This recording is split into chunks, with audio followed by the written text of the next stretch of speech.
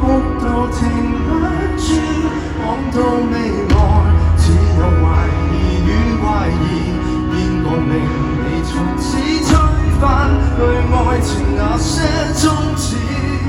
春分秋至，到底你經過什麼事？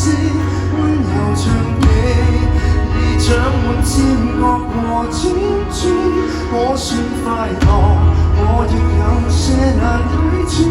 然而詳情寧可不說，今晚只想下勵志。